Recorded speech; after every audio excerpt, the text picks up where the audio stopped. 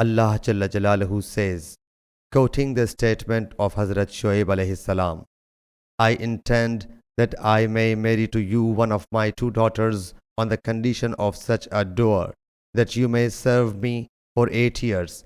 But if you complete full 10 years, then it will be from your side, and I do not desire to put you in hardship. It is near, if Allah wills, you would find me of the righteous. Musa said, This has been agreed between me and you.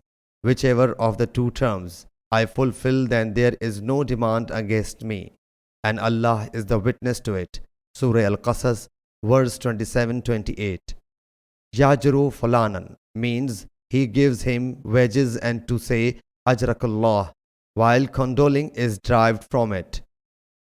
Hazrat Ibn Abbas radiyallahu anhu has reported from Hazrat Ubay bin Ka'b that Allah's Apostle sallallahu alaihi wasallam said, both of them set out and found a wall about to collapse.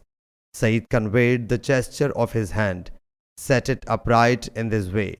Yala says he thinks Sayyid said he passed his hand over it. It stood upright. He said, if you had wished, you could have taken a wage for it. Sayyid said, so that we could eat some of the wages.